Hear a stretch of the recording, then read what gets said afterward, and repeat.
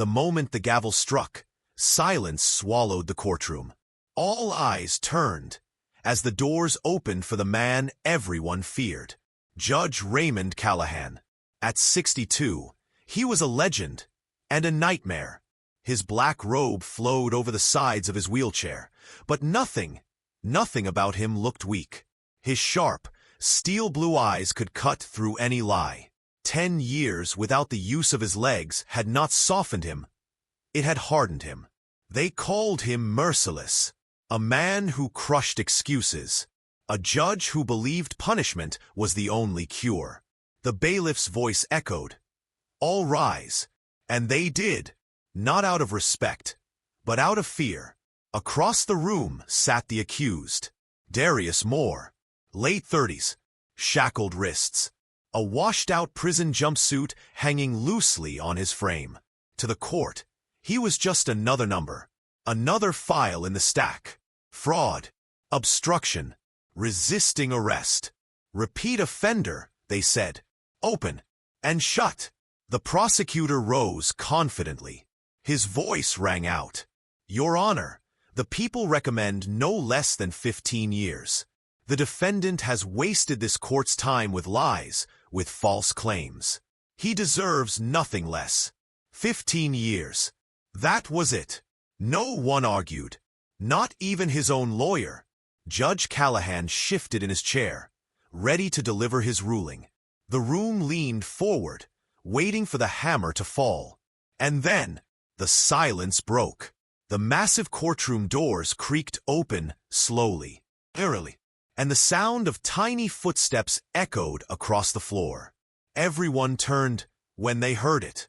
The sound of tiny footsteps echoing across the courtroom floor.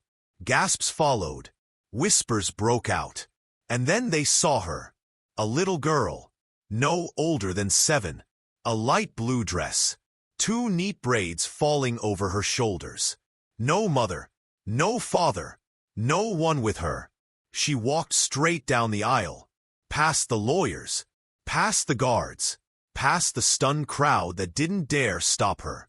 And then, she stood right in front of Judge Callahan's bench. The judge's eyebrows shot up. His voice thundered. "Who is this child?" But before anyone could answer, she looked up at him, calm, unshaken, her voice steady. "Let my dad go, and I'll make you walk." The courtroom exploded. A snort of laughter came from the prosecution's table. Someone in the gallery laughed out loud. Even one of the guards smirked, shaking his head. The judge leaned back in his chair, disbelief etched across his face. "What did you just say?" The girl repeated, firmer this time. "If you let him go, I'll make you walk." The bailiff stepped forward, but the judge snapped. "Remove her. Now, this is not a place for games." And then, Darius finally moved. His cuffed hands trembled as he half rose from his seat. "Please," he cried out. "Please just let her speak." The room froze. And that's when the girl turned back to the judge, her eyes narrowing, her words cutting deeper than anyone expected. "You've been sitting in that chair for 10 years, haven't you? You couldn't feel your legs after the accident. They told you you'd never walk again." The judge's grip tightened on his armrests. His face went pale. How could she possibly know that? His courtroom, his kingdom, had never seen him hesitate. But now, a 7-year-old girl had spoken words that pierced through the walls he'd built around himself. Hope didn't flinch. She stepped closer to the bench, her small voice steady. "I can make you walk, if you let my dad go." The gallery erupted again. Whispers, scoffs, even muffled laughter. One of the clerks shook her head in disbelief. Judge Callahan's jaw tightened. "This is nonsense," he barked. "I won't tolerate fairy tales in my court." But Hope didn't back down. Her eyes locked on him, sharper than any lawyer's argument. "Your accident doesn't define you. Your broken spine doesn't define you. You don't want to admit it, but deep down, you still want to walk." The words hit harder than he expected. His hands gripped the wooden armrests, knuckles white. He opened his mouth to dismiss her, but then he felt it. Something strange, something impossible, a faint warmth, deep in his legs. Not pain, not illusion, just warmth. And for the first time in a decade, Judge Callahan's breath caught in his throat. Something impossible was happening beneath his robe. The warmth spread slowly, crawling through nerves that had been dead for 10 years. His thighs, his knees, his calves. Judge Callahan's eyes widened. He gripped the arms of his wheelchair tighter, his breathing sharp. No, this can't be real. But the feeling wouldn't stop. It was growing, stronger. Hope lifted her tiny hand, reaching upward, as if pulling invisible strings in the air. Her expression calm, focused, unshaken. The bailiffs tensed, unsure whether to intervene. The prosecutor muttered, "This is ridiculous." But no one moved. Not a single soul dared break the moment. From the defendant's table, Darius leaned forward, voice trembling. "She's done things before, small things, little miracles, but I never let her try something this big." His words only deepened the silence. And then it happened. Judge Callahan looked down in disbelief. His right foot twitched. Once, then again. Gasps erupted through the courtroom. Papers dropped. Someone screamed. The judge's lips parted, but no words came out. His hands shook violently on the armrests. For a decade, his legs had been nothing but dead weight. But now, he pressed harder against the chair. His body trembled, knees locking beneath him. And slowly, unthinkably, Judge Raymond Callahan rose to his feet. The courtroom erupted. Some cried, some shouted, some just stood frozen, as if witnessing a ghost. And in the center of it all, Hope stood calm, her hands still raised, her eyes locked on the man who was supposed to be untouchable. The merciless judge was standing. Gasps and screams echoed through the chamber. Chairs scraped against the floor. Papers scattered. Someone dropped their pen. For a moment, it felt less like a courtroom, and more like the scene of a haunting. The prosecutor froze mid-breath, his mouth hanging open. The bailiffs, trained men who never flinched, stood stiff, their eyes wide in shock. Even the stenographer, the woman who had typed through hundreds of trials without emotion, had her fingers hovering, trembling above the keys. Because no one could process what they had just seen. Judge Raymond Callahan, the merciless, the unshakable, the man who hadn't stood in a decade, was on his feet. His legs quivered, his hands shook, his chest heaved with disbelief. But he was standing, and in that storm of chaos, there was only one calm presence. The little girl, Hope. She lowered her hand, her face as steady as ever. And then, in a voice so soft yet so powerful it cut through the noise, she said, "Now, please give me back my dad." The room fell silent again. All eyes turned back to the judge, who staggered slightly, clutching the bench for balance. His face was pale. His lips trembled. And though he dropped back into his chair a second later, nothing about him looked the same.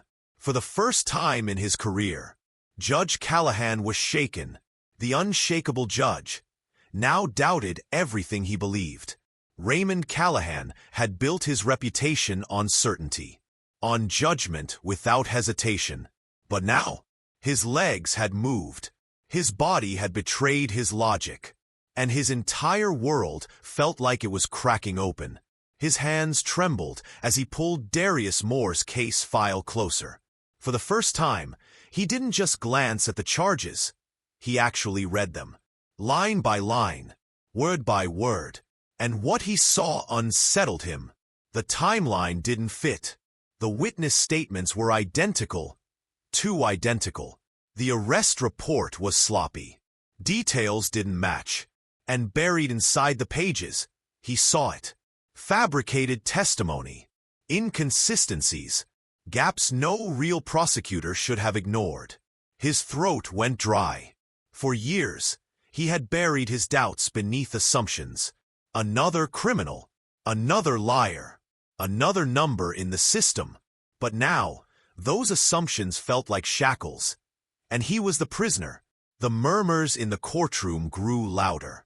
The lawyers exchanged nervous glances. Even the bailiffs leaned in, sensing something shifting. Judge Callahan's voice cracked as he spoke, but it carried through the chamber. "Bring me the arresting officer's report." The words sent ripples through the room. The prosecutor stiffened. Papers shuffled frantically. A storm was coming, because everyone knew. When a judge like Raymond Callahan reopened a case, it meant the truth was about to unravel. And maybe, just maybe, the man they all thought was guilty had been innocent all along. The room that mocked now sat in silence. Only minutes ago, laughter had echoed here. Hope's words had been a joke, a child's fantasy. But now, no one dared to laugh. The lawyers scrambled, papers flying across their desks as the judge's orders tore through the case like fire. The arresting officer's report didn't line up. Witness statements contradicted each other. The so-called evidence was falling apart piece by piece. And every page Judge Callahan flipped only deepened the shame pressing down on his chest. How many times had he done this? How many men had he sentenced without truly listening? How often had his cynicism blinded him to the truth? The once merciless judge now looked less like a figure of authority, and more like a man facing his own reflection for the first time in years. The prosecutor's face went pale. The defense attorney, who had given up hours ago, suddenly leaned forward in disbelief. Even the spectators could feel it. The balance of power was shifting. Judge Callahan's voice trembled as he leaned toward the mic. His steel-blue eyes weren't cold anymore. They were uncertain. "Human, this court has a decision to make." The entire room leaned forward, hearts pounding, waiting for the words that could change everything. The words no one expected echoed across the chamber. "Mr. Darius Moore, you are hereby cleared of all charges." For a moment, no one breathed. It was as if the entire courtroom had frozen in time. The bailiff stepped forward. His hands shook slightly as he reached down, unlocking the heavy cuffs. With a metallic clatter, the chains hit the floor. And just like that, 10 years of labels, accusations, and assumptions shattered. Darius's shoulders sagged. His cuffed wrists trembled in freedom. And then he looked up. Hope was already running to him, her braids flying behind her, her little arms outstretched. He dropped to his knees and caught her, pulling her close. Tears streamed down his face, soaking into her dress. His voice cracked, breaking under the weight of the moment. "You did it, baby girl. You kept your promise." The spectators wiped their own tears. Even the bailiffs, men who had seen hardened criminals every day, turned their eyes away, unable to watch without feeling something stir inside. But then, Judge Callahan spoke again, his voice quieter now, almost fragile. "Wait." Darius looked up. The judge leaned forward, gripping the bench. His steel-blue eyes weren't cold anymore. They were desperate. "Tell me, how did she do that? How did she make me stand?" The courtroom hushed once more. Darius swallowed, his voice heavy with awe. "She didn't heal you, Judge. She reminded you that you could heal yourself." The words hit like thunder. Because the miracle wasn't just what happened to his legs. The real miracle was breaking the chains around his heart. For the first time in years, the merciless judge smiled. Not the cold smirk of authority, not the tight grin of arrogance, but a real smile. Fragile, human, free. He looked down from his bench, his voice softer than anyone had ever heard inside that courtroom. "Hope, thank you." The little girl tilted her head, her braids swinging as she gave him the smallest of nods. Around them, the atmosphere had changed. The same courtroom that had once been heavy with fear and cynicism now glowed with something else. Faith, truth, possibility. Spectators whispered through tears. The prosecutor sat frozen, unable to argue. And the bailiffs, men trained never to show emotion, looked away, their jaws clenched, their eyes damp. Darius stood beside his daughter, his chains gone, his freedom restored. He didn't need to say anything. His embrace said it all.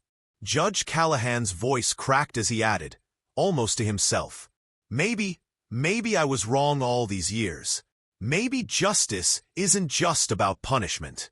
Maybe it's about believing in second chances.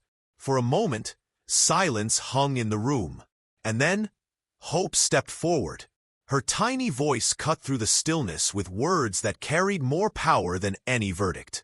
Now maybe you can believe. The judge swallowed hard. He had no reply. None was needed, because everyone in that chamber knew belief had already begun.